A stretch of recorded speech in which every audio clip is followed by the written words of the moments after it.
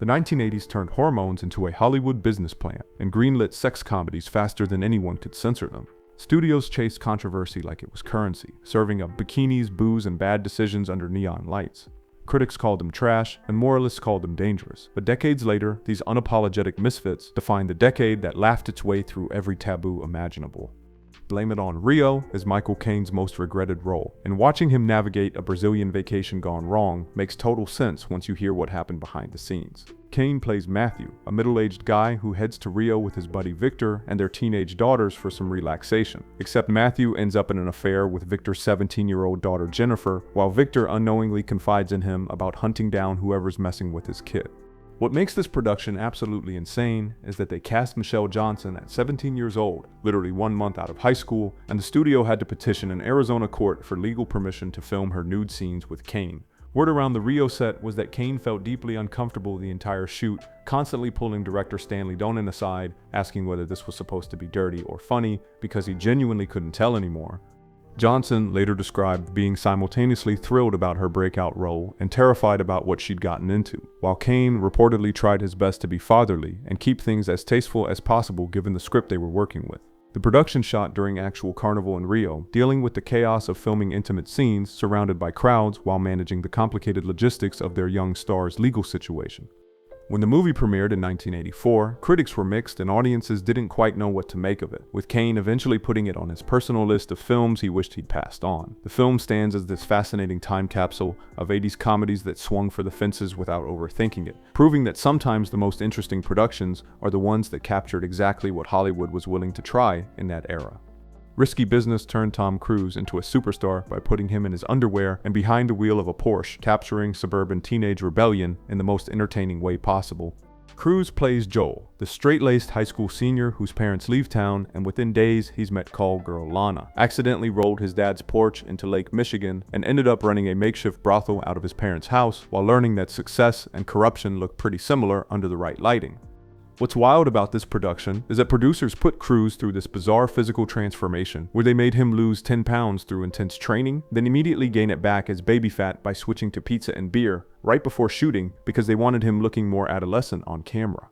Behind the scenes, Cruise taught himself to drive that manual Porsche 928 specifically for the film and actually performed the lake crash sequence himself, which could have ended his career before it started if anything went wrong. The famous Bob Seger underwear dance happened because Cruise rehearsed it hundreds of times in his living room until director Paul Brickman said it looked completely natural, creating this cultural phenomenon that defined the entire decade. Rebecca De Mornay was barely in her 20s playing Lana, and spent the shoot fighting for creative respect, while filming emotionally intense scenes on Chicago's elevated trains with actual commuters watching, later saying the role made her famous, but trapped her in certain typecasting forever. Word around the production was that Cruise and De Mornay had a brief romance during filming that added genuine tension to their chemistry.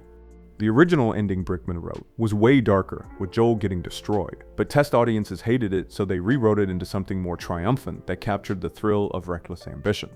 The film became an instant classic that perfectly captured what it felt like to test boundaries and figure things out when you're young, and the stakes feel impossibly high, proving that the best 80s comedies knew exactly how to balance risk and reward in ways that still resonate decades later. Clue turned a board game into one of the most quotable comedies of the 80s, and the chaos behind the scenes matched the mayhem on screen perfectly. 6 strangers with fake names get invited to a creepy New England mansion by the mysterious Mr. Body, and when bodies start piling up in secret passages and locked rooms, everyone becomes a suspect in this murder mystery that plays out like a screwball comedy on speed.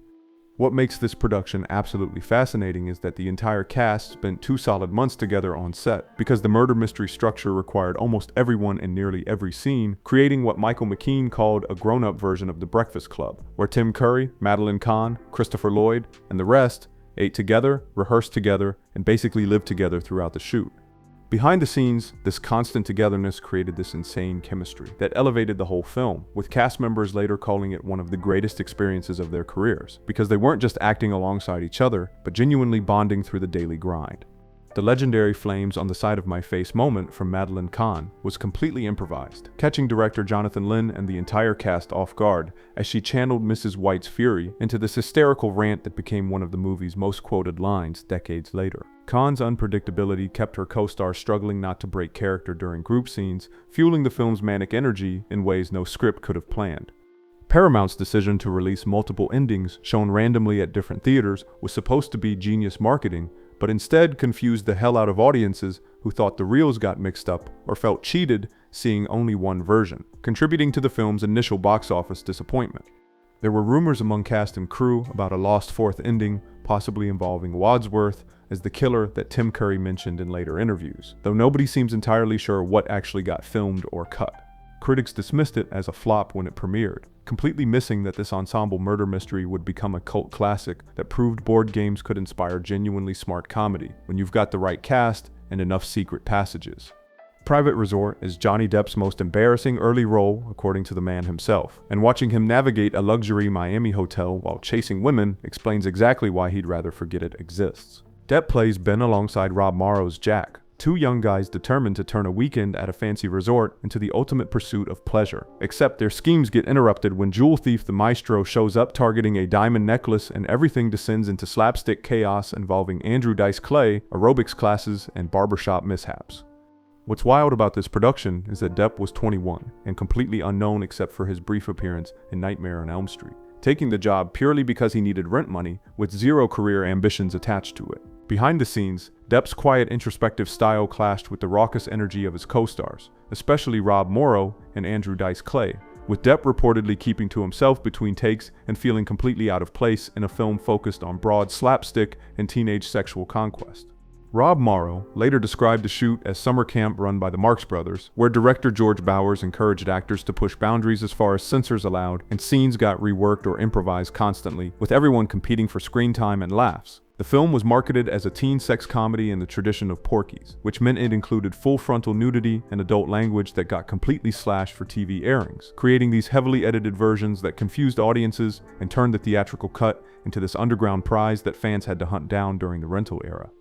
Depp would later call Private Resort his most embarrassing movie, a paycheck gig he agreed to with little faith anyone would remember it, which is hilarious considering it became this curiosity piece for fans tracking his rise from reluctant teen idol to global superstar, proving that sometimes your worst early decisions become the most entertaining footnotes in a legendary career.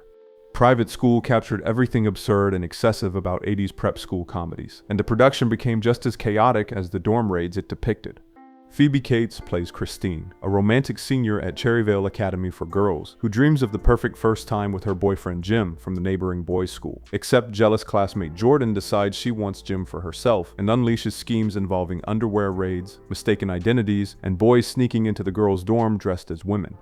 What makes this whole thing fascinating is that Phoebe Cates was still riding fame from that iconic Fast Times poolside scene, and took this role hoping to show a lighter romantic side, but instead found herself in another film defined by voyeurism, where the industry kept pushing her into the same fantasy girl box. Crew members recalled Kate staying remarkably professional throughout the chaos, with co-star Kathleen Woolwhite saying she didn't act like a teen sex symbol, but just showed up, hit her mark, and made everyone else look better, even though privately Kate's worried constantly about being typecast. For Betsy Russell playing villainous Jordan, the film became both her breakthrough and a harsh lesson in Hollywood exploitation, because producers promised tasteful camera work for her nude horseback and shower scenes, but then edited everything to emphasize nudity over comedy in the marketing. Russell later called the process humiliating and confusing, though she admitted it taught her about asserting control over scripts and personal boundaries that she carried into later roles. The original cut earned an X rating from the MPAA because of extended nudity and graphic humor, forcing director Noah Black to trim up to 4 minutes to get it down to an R, which created this legendary whispered about unrated version that supposedly showed more explicit footage during the dressing room and limousine sequences.